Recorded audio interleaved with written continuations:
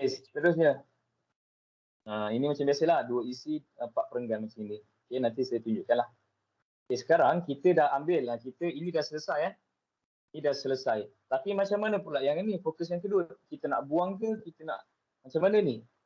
Kita sebenarnya boleh letakkan ini, maklumat yang lain ni, selain daripada cara-cara belajar ni, dalam huraian, dalam contoh, dalam pengenalan, dalam kesimpulan pun boleh, tak ada masalah. Asalkan kamu sentuh semua bahan ni kan saya cakap tadi, kena sentuh. Sekurang-kurangnya berapa? Berapa sekurang-kurangnya kita kena sentuh? 1. 1 sekurang-kurangnya. Kalau nak lebih boleh, tapi pastikan kamu pandailah susun dia. Jangan lebih daripada berapa patah perkataan? Jangan lebih berapa? 200. Berapa? 150 hingga 200. 200 patah perkataan. Situlah. Yes. Okey, sekarang bila kita dah tahu fokus, kita dah tahu tema, kita dah tahu semua sebelum-sebelum tu, sekarang kita kena buat apa? Keluarkan isi. Isi tentang fokus pertama tadi. Sebab kita nak masukkan dalam isi kan, kita kena carilah isi apa. Okey.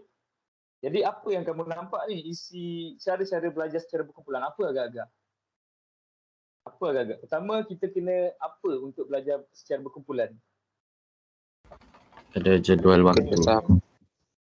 Mungkin kita boleh cakap jadual waktu boleh. Lagi apa? Lagi? Apa ni? Bekerja sama. Kena ada. Orang kata sifat kerjasama. Bekerjasama mesti kena ada. Kan? Sebab nak belajar berkumpulan dia, tak boleh sesuka hati kamu shot sendiri. Takut nanti orang lain tak dapat ikut. Okay, seterusnya apa? Kena ada matlamat. Kamu letak je dulu. Okay? Maksudnya kamu tahu, kamu keluarkan isi yang kamu nak letak dalam kamu punya perenggan isi. Okay? Berapa isi? Berapa isi kita boleh? 2 atau 3. Tapi saya ajar ni 2 untuk kita mudah. Okay? 2 isi. Jadi kita tengoklah, pilih 4 isi dan kita pilih lagi 2 isi yang kita rasa memang best. Gitu. Okay, dalam bahan ni apa kita nak buat ni? Bahan 2 ni. Isi apa yang ada? Kita tengok di situ apa? Ini mungkin boleh kita letak dalam contoh boleh dan sebagainya. Apa? Kejayaan kan? Kejayaan pun boleh. Belajar mencapai kesemalangan pun boleh. Okay? Jadi kita tengok. Bila kita dah keluarkan, ini yang kita dapat. Boleh nampak tak? Kita keluarkan kan? Kita keluarkan. Dalam bahan 1 kita ambil belajar berkumpulan. Dalam bahan 1 juga kita ambil bekerjasama. Bahan 1 kita ambil berdisiplin. Bahan 2 kita ambil kejayaan. Bahan 3 kita ambil mencapai kesemalangan. Kita sentuh kan? Kurangnya 1, tapi ini lebih daripada 1. Okay? Tak ada masalah. Dan jadilah seperti ini. Okay? Belajar secara berkumpulan dalam bahan 1. Okay? Ini semua dalam bahan 1. Okay? Untuk yang ni semua dalam bahan 2. Okay? Maksudnya sini kita dah mengikut syarat, kita dah orang kata apa, ikut arahan kehendak soalan. Maksudnya kena sentuh semua bahan. Jangan kita tinggal. Sentuh semua bahan dan sekurang-kurangnya ambil 1 maklumat. Ini kita ambil lebih daripada 1 pun tak ada masalah. Okay? Boleh setakat ni boleh saya teruskan? Boleh cikgu. Boleh cikgu. Okay, kalau ada pertanyaan tanya je jangan malu-malu. Tapi janganlah tanya soalan ni pelik-pelik Tanya soalan berkaitan ni. Jangan tanya cikgu suka melancong di mana? Tu janganlah. Okey, ini cadangan. Pelik betul lah. Ada mesti ada pelajar kata pelik betul lah. Ada juga cadangan. Ya, kena ada cadangan. Kena ada plan. Kena ada rancangan untuk kita buat penulisan. Supaya kita tak orang kata apa, tak sesat. Begitulah lebih kurang. Sebab kita bila kita menulis, bila kita buat karangan, kita bayangkan kita sedang melakar orang. Apa ni? Apa kaitan orang? Sebenarnya macam ni. Orang kan macam ni, ada kepala, ada badan. Ini simple punya. Ada kaki. Jadi bentuk dia mestilah sempurna kejadian manusia. Okay. Kepala ni ibarat macam pendahuluan. Okay. Pendahuluan. Badan ni macam isi. kaki tu macam penutup. Janganlah kamu buat pendahuluan besar, lepas tu badan kecil, kaki kecil. Jadilah dia, saya pun tak tahu jadi apa alien. Pastikan seimbang. Okay, pendahuluan tu jadi beri dah. 40 je, 40 patah-patahan. Janganlah mentang-mentang lah kita suka ni kan, pendahuluan kita buat panjang sampai 10 perenggan. Itu memang tak mungkin berlaku.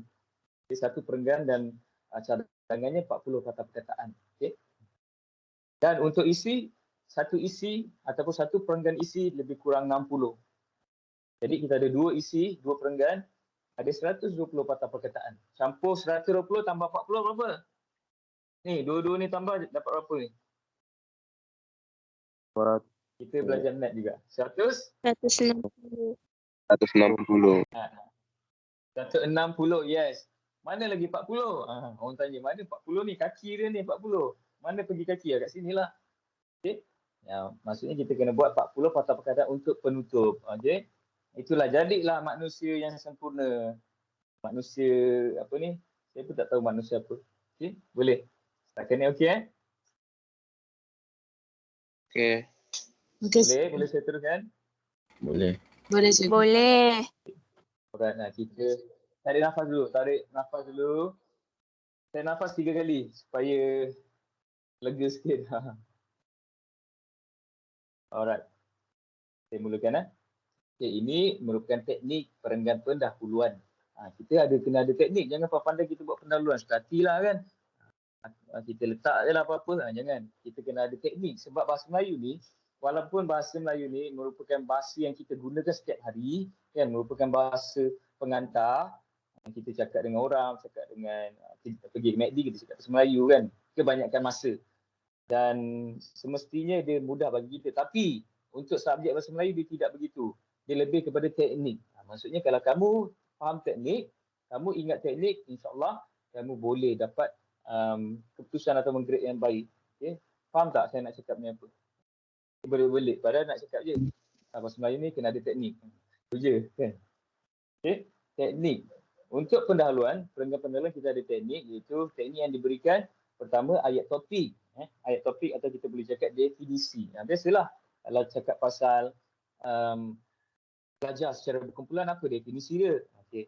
Kita boleh masukkan juga dalam perenggan pendahuluan. Selepas ayat topik atau definisi, kita boleh masukkan isu. Okay. Isu nanti kita tengok apa. Dan akhir sekali ayat arahan. 3 ayat ni sudah menjadikan perenggan pendahuluan kamu mantap. Okay. Kita tengok apa misalnya ayat topik. Okay, ayat topik, kita boleh bagi contoh di sini. Kita ambil kan dia punya bahan tadi, maklumat dalam bahan. Belajar secara berkumpulan dianggap lebih baik daripada belajar secara bersendirian. Ini kita panggil ayat topik lah. Siapa nak buat definisi pun boleh. Mungkin ada yang nak buat belajar secara berkumpulan ialah cara ataupun kaedah yang apa, bla bla bla macam tu. Boleh faham setakat ni? Boleh. Senang je Kita kadang-kadang kena tukar mindset dan mindset kita ni. Sebab kadang-kadang kita fikir susah. Bila kamu fikir susah, dia memang orang kata benda tu akan mudah dimakbulkan. Mudah orang kata apa?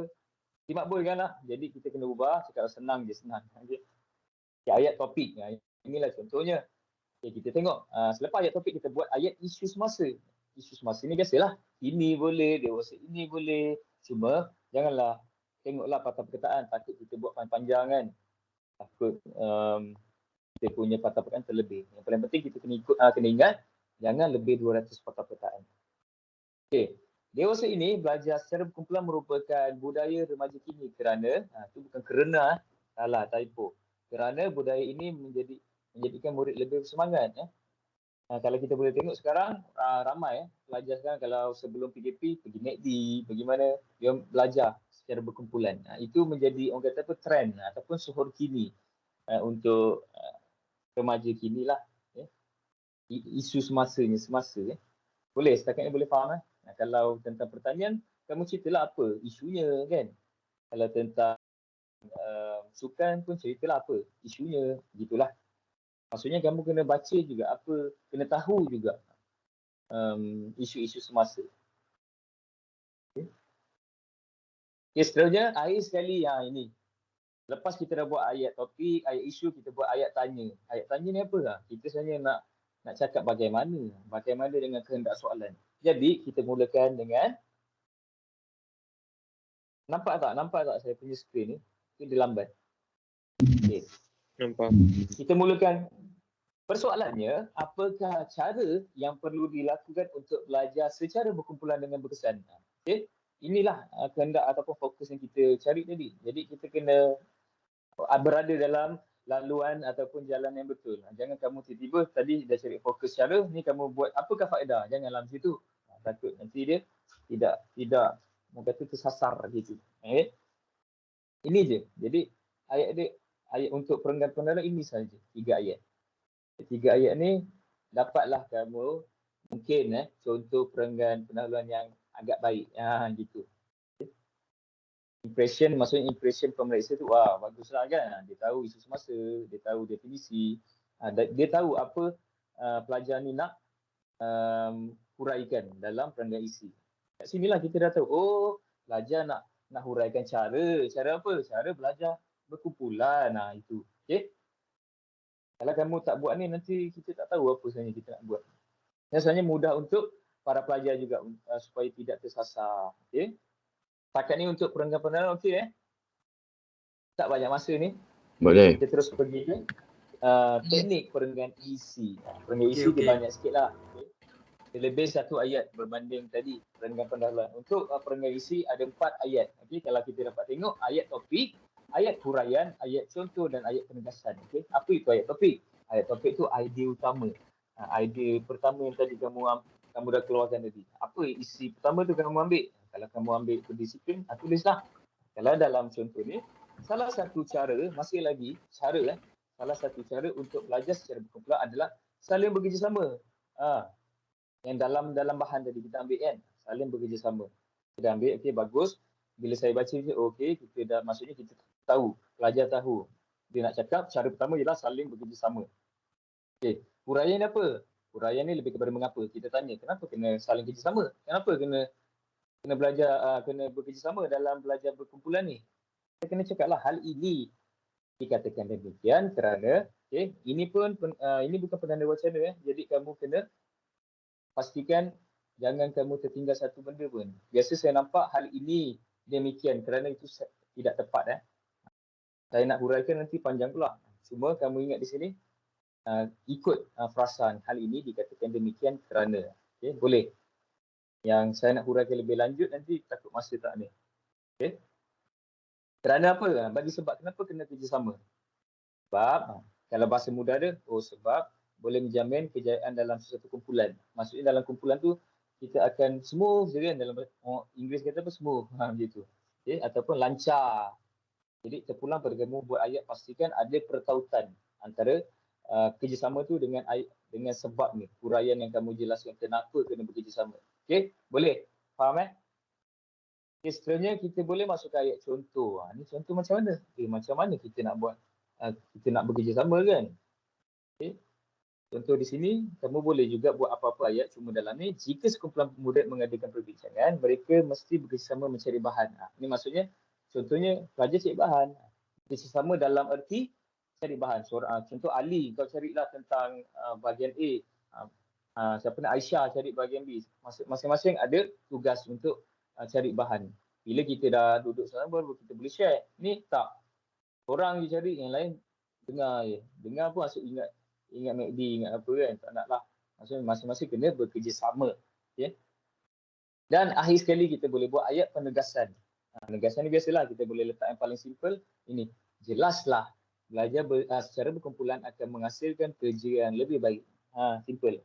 Sangat ringkas. Okay? Kamu nak guna ayat penegas ataupun kata penegas yang lain pun tak ada masalah. Cuma pastikan jangan lebih 200 patah perkataan. Okay? Mungkin ada orang nak buat sudah terang lagi bersuluh, boleh, tak ada masalah kan. Okay? Boleh setakat ni untuk teknik perenggan isi. Boleh. Ya. Jarang saya dengar tak boleh. Okay? Tapi janganlah kamu tak boleh, kamu kata boleh. Itu tak nak lah. Tak syok. Bukan tak syok, bukan apa. Kamu sendiri kan nanti yang Orang kata apa? Sebab kata orang terkais-kais macam itu. Okay, akhir sekali teknik perenggan penutup. Kita dah buat pendahuluan, kita dah buat isi, mestilah kita kena ada penutup kan? Okay. Apa ni tekniknya? Kita ada 3 juga sama macam perenggan mana yang ada 3 ayat ni? Perenggan isi atau perenggan pendahuluan yang ada 3 ayat? Pendahuluan. Pendahuluan. Pendahuluan. Okay, bagus. Okay. Ayat penegasan. Penegasan. Kamu kena bolehlah tulis di sini berdasarkan idea-idea ataupun berdasarkan isi-isi yang dibincangkan. Jelaslah bahawa cara yang baik ini mampu memberi peluang kepada pelajar untuk mengecapi kejayaan dan kecemerlangan. Kalau kamu tengok kejayaan dan kecemerlangan ni ada dalam bahan 2. Kita dah sentuh. Okay? Kita dah menepati syarat untuk bahagian A. Kita kena sentuh kedua-dua bahan. Kalau 3 bahan, 3 bahan sentuh. Okay? Dan kita boleh masukkan ayat cadangan. Cadangan ni biasalah. Harap pihak pelajar dapat memainkan peranan yang baik dalam mencapai kesan yang baik ataupun macam-macam lah kamu boleh tulis. Yang penting teknik, 3 teknik ni kamu boleh gunakan dan fahami. Okay? Dan kesimpulannya, kesimpulannya, belajar secara berkumpulan lebih berkesan jika dibandingkan dengan belajar bersendirian dan dapat menghasilkan kejayaan yang lebih cemerlang kerana bersatu teguh bercerai robok. Ada juga peribahasa ataupun ungkapan menarik. Kurangnya adalah satu. Okey, boleh? Boleh setakat ni? Ada nak tanya setakat ni perenggan pendahuluan, perenggan isi. Cikgu. Tak ada? Cikgu boleh tanya betul. Okey, apa? Kalau ungkapan menarik tu dapat markah bahasa. Kalau tidak ada tolak markah. Dia tidak wajib, tapi kalau ada sebab penandaan untuk bahagian A ni dan bahagian B tu lebih kepada pemeriksa akan tengok impression. Maksudnya orang kata apa? Rasa tu. Kalau pembaca baca walaupun tak ada peribahasa, tapi kalau kamu punya karangan tu mantap, impression ada. Tapi kalau boleh kita letaklah sekurang-kurangnya 1 gitu. Betul tak Cikgu Setiaja? Kan? Kamu bila dia tidak ada isu kita tolak markah untuk mendapatkan level tahap karangan yang cemerlang. Kalau kamu tengok rubrik pemarkahan nanti kalau Cikgu Aida tidak ada, esok Cikgu tunjukkan, iaitu level tahap penulisan yang cemerlang mesti ada ungkapan menarik karangan kamu. Okey, tapi kamu jangan risau, tidak perlu diletakkan pada semua perenggan. Kamu letakkan pada perenggan pendahuluan boleh, pada perenggan isi boleh. Kalau tak boleh juga letaklah pada penutup. Setidak-tidaknya ada. Apa menarik. Yes. Kalau tidak ada Faham? penulisan Faham cikgu. bermaksud kalau karangan kamu ni baik, mantap tetapi tidak ada ungkapan menarik, tidak boleh pergi cemerlang. Maksud cemerlang tu kalau karangan bahagian A 26. Tapi tidak ada ungkapan menarik maka maksimum 25. Begitu. Okay, boleh faham? Boleh cikgu. Okay, thank you Cikgu Siti Hajar. Okey, itulah. Dia tidak diletakkan, kamu kena letak peribahasa di mana-mana, tak ada. Cuma kalau ada tu, boleh sampai ke level orang kata cemerlang lah 26 ke atas gitu. Okay, kalau tak boleh. Dalam lagu Intan Payung pun ada peribahasa. Apa lagi? Dalam lagu apa? Banyak lagu sekarang yang dah ada macam ada masukkan unsur-unsur ungkapan menarik kan? Boleh kan? Okay. Katak Bawah Tempurung pun saya ingat lagu Jamal ke apa kan? Okay. Setakat ni okay. Ada lagi nak tanya? Ada lagi nak tanya? Ya ada cikgu. Tak ada. Okay. Ini contoh kita rangka. Saya pun tak tahu ni rangka ke apa. Kalau rangka biasa dia mudah lagi kan. Cuma saya nak tunjukkan kamu. Inilah. Kita letak pendahuluan, isi, penutup. Okay. Ada 2 isi kat situ. Sebab seperti yang saya kata teknik untuk isi kita letak 2 isi. Okay. Pendahuluan ingat kita ambil kan. Belajar secara berkumpulan ni dalam bahan 1 tadi. Kita dah ambil. Okay. Okay, seterusnya apa ni kuning ni? Kuning ni pun sama dalam bahan yang bahan 1. Okay. Kerjasama. Okay. Untuk kejayaan ni pula ada dalam bahan 2 kan? Okay. Yang hijau ni apa? Inilah ungkapan menarik atau peribahasa. Jadi dia tak ada ketetapan letak di mana. Terpulang pada kamu. Selagi mana dia sesuai ataupun ada tautan macam itu. Jangan tiba-tiba kamu letak kan. Belajar secara berkumpulan lebih berkesan jika dibandingkan dengan belajar bersendirian. Titik sebagai aurungan tebing. Itu tidak sesuai. Dia kena sesuai lah. Kena ada kaitan. Okey, boleh? Faham Okey. Faham. Okay, kita tengok ini contoh karangan yang lengkap. Okey. Bila saya dah kira-kira semua, ni ada 193. Masih lagi lah dalam tak lebih 200 ataupun tidak kurang dari 150. Kita menepati syarat, menepati kehendak soalan. Okay. Ada berapa? 1, 2, 3, 4. Bagus, ada 4. Tak ada 40 kan? 4 perenggan. Okay. Ini perenggan apa ni? Pertama. Perenggan. Dahulu. Perenggan. Dahuluan.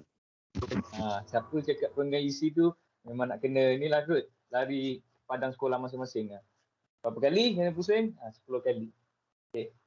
Jadi perenggan pertama, perenggan pendahuluan. Okay, ni perenggan apa? Perenggan isi. Isi satu. Isi satu. Dua tadi saya dah tunjuk. Okay, bagus. Dan akhir sekali perenggan apa ni? Ni kalau salah ni tolonglah ambil bahasa Pakistan ke apa. Apa perenggan yang terakhir ni?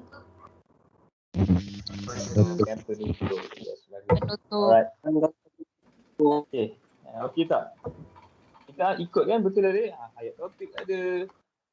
Ayat isu ada kan? Ayat apa tanya ataupun ayat soal ada, semua ada. Inilah tadi teknik itu merupakan cadangan teknik. Sebenarnya ada banyak teknik, cuma saya risau kamu keliru banyak sangat teknik. Saya dapat kongsikan di sini antara teknik yang orang kata tak serabut kamu pun faham sebenarnya ada banyak, cuma hari ini saya kongsikan yang ini. Okay, boleh? Senang tak teknik yang ini? Teknik pendahuluan, teknik isi dan teknik penutup ni. Senang tak? Ke susah? Senang. Senang kan? Senang cikgu. Okay, bagus. Senang kan? Okay, lagi sikit dah nak habis ni. Kan? Alright, ni kita tengok contoh lain. Contoh lain. Saya nak tanyalah kan. Saya bagi masa dulu baca tengok apa yang diminta. Okay, saya bagi masa 2 minit lah. Tengok dulu. 1 minit 30 saat. Baca dulu, teliti apa yang sebenarnya dia nak. Rangsangan di bawah.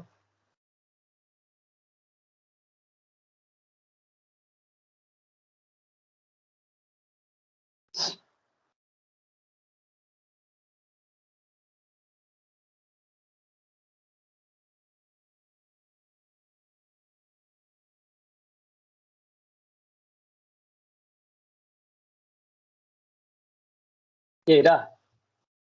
Setakat ni boleh faham? Boleh Apa faham. ni saya? Siapa yang boleh jawab? Ni tema dia apa ni? Tentang Pertanian. Apa ni tema ni? Kalau tadi tema apa? Yes, pertanian Tema ni pertanian. Bagus. Okay, nampak sebab apa? pertanian. Dekat soalan pun ada kata tentang sektor pertanian. Jadi mestilah tentang pertanian, takkanlah tentang perikanan pula kan? Takkanlah tentang melancong. Okay. Yang sesuai tema pertanian. Sebab apa? Satu kat sini, lepas tu kita baca secara keseluruhan ni tentang pertanian Tak ada tentang kahwin ke, tentang makan ke, tak ada. Okay. Kita tengok, ada berapa bahan? 2. Ada berapa bahan? Ada 2 1, 2 bahan. Okay. Bahan 1, bahan 2. Okay, ni agak-agak apa fokus dia? Kita nak cari fokus tentang apa ni?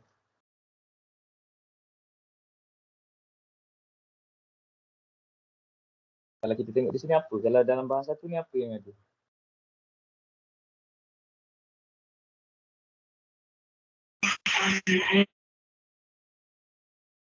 Okay, kalau kita tengok di sini, generasi muda merupakan tenaga penggerak utama industri pertanian.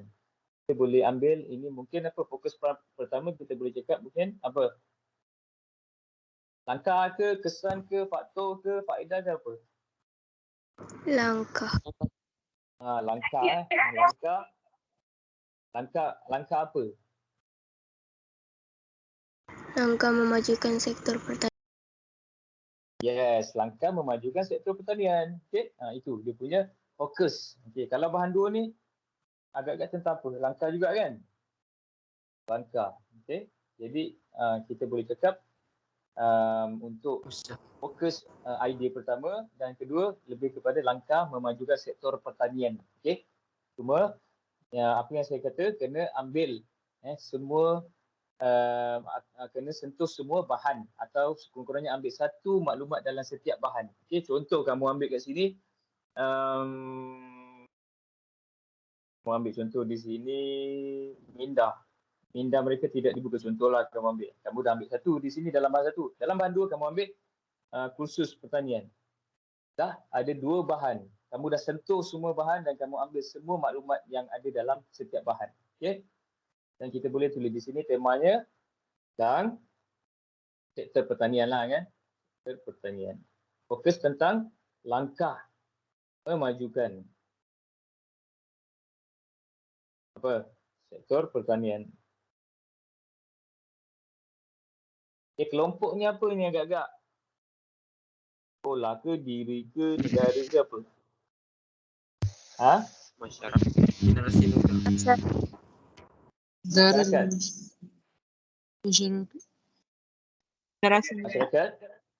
Masyarakat. Boleh lah kan. Yang penting kita tahu. Sebab sebenarnya kita tengok. Keluarkan maklumat dalam bahan tadi. Pertama kita mungkin buat apa? Generasi muda perlu apa? Tadi kata minda dia, kita terbalikkan ayat dia. Perlu apa? Ubah. Membuka minda. Yes, ataupun membuka minda boleh, ataupun kita kata apa? Perlu ubah pemikiran yang kita kata apa? Kerja dalam bidang pejabat ni lebih tinggi gaji tak kita kena ubahlah persepsi masyarakat tu, kena diubah. Kita dah sentuh kan, dan kita dah letakkan dalam isi pertama. Isi kedua kita boleh letak apa? Kita boleh letak isi tambahan lain. Okay. Dan kedua kita ambil lah kita boleh mengikuti kursus pertanian. Seseorang itu boleh ikuti kursus pertanian. Okay, yang ketiga kita nak letak isi tambahan pun tak ada masalah. Okay. Cuma kamu buat 2 isi saja kan. Okay. Ni mungkin kamu letak apa? Apa kamu nak letak? Apa? Kita kan kumpul dulu isi 1, isi 2, isi 3, isi 4. Jadi kita pilih yang terbaik, 2 terbaik. Sebelum kita pilih 2 terbaik, kita pilih dulu apa kita nak letak. Apa agak-agak? Kepentingan ada tak yang boleh? Apa? Kerajaan. pertanian. Kerajaan apa, bagilah apa, subsidi ke dan sebagainya lah kan. Buka lah apa-apa kelas ke ataupun bengkel ke, di mana-mana lah. Sekolah boleh buat subjek pertanian ke dan sebagainya. Okay. Dan kita tengok. Okey, ini peranggapan dahuluan. Kamu boleh buat juga nanti. Okay, masa kita pun tak banyak sebenarnya ni. Ada lagi berapa minit. Setakat ni boleh tak? Faham tak? Yang paling penting apa? Yang paling penting ini sebenarnya yang awal-awal ni. Yang paling penting ini. Ini jangan lupa. Kita kena baca arahan soalan. Kita kena tahu kelompok apa yang terlibat. Temanya, patah perkataan berapa. Jangan lebih daripada 200 patah perkataan. Kira jumlah. Okay. Masa yang diperuntukkan 30 minit, jangan lebih. Okay. Dan markah yang diperuntukkan juga sebanyak 30 markah. Dan untuk kita tak lebih daripada masa yang diperuntukkan, buatlah 4 perenggan. Iaitu perenggan pertama pendahuluan, perenggan 2 dan 3 perenggan isi, dan perenggan yang keempat ialah perenggan penutup. Setakat ni boleh? Ada apa-apa nak tanya lagi? Ada apa-apa nak tanya? Nanti saya akan bagi juga slide ni. Nanti kamu bolehlah isi apa kan. Apa ayat topik, huraian. berdasarkan yang pertanian tadi. Mungkin boleh tanya mentor kamu. Kamu ada mentor kan? Tahu kan mentor masing-masing? Ada grup WhatsApp ke? Ada. Ada grup WhatsApp? Ada Okay, nanti mentor kamu mungkin boleh tolong tanya pada mentor atau nak tanya dengan cikgu-cikgu PM pun tak ada masalah. Okey. Itu saja saya rasa daripada saya. Saya rasa tak ada soalan kan? Tak ada apa-apa nak diajukan? Kalau ada pun boleh ajukan di Telegram boleh, kat mentor boleh, dengan saya boleh, Cikgu Siti Ajar boleh, Cikgu Mazlan boleh, Cikgu Mas boleh. Okay. Jadi itu saja daripada saya. Cikgu Siti Ajar ada apa-apa nak tambah? Ada tak? Cikgu Mas ke, Cikgu apa ke ada ke?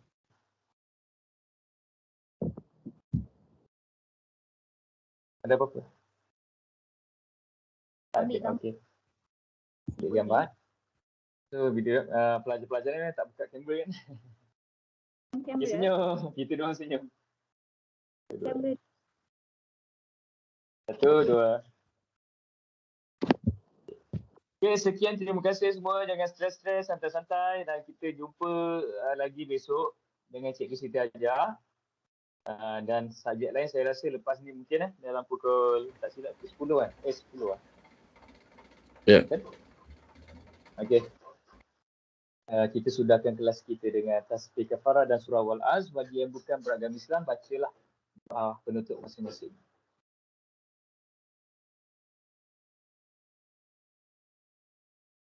Okay, itu saja. Semoga kita berjumpa lagi. Jangan lupa makan, jangan stres-stres. Saya banyak kali cakap jangan stres. Sebab stres tu penting Kalau kita tak dapat nak tangani stres, kita pula yang akan merana orang kata. Okay, ada apa-apa pertanyaan boleh tanya mentor. Mentor semua ada ini merupakan student, ex-student. Semua ada? Semua sihat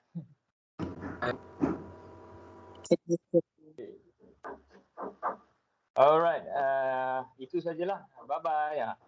Kata-kata akhir je bye-bye. Okay. Terima kasih cikgu. Terima kasih cikgu. Terima kasih cikgu. Thank you. Sama-sama. Terima kasih cikgu. Okay, bye-bye. Terima kasih. Terima kasih cikgu. Terima kasih cikgu. Thank you. Terima kasih cikgu. Welcome. Assalamualaikum. Waalaikumsalam.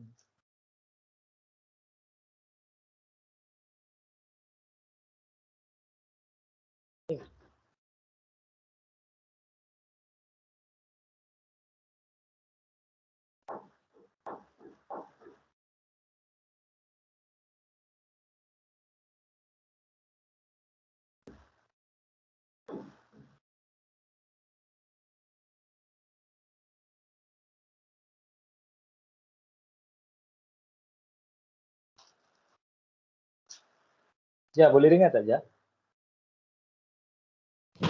Boleh. Dengar tak suara Ajar? Dengar. Apa ni? Itu je kan? Jadi Dengar itu je kan?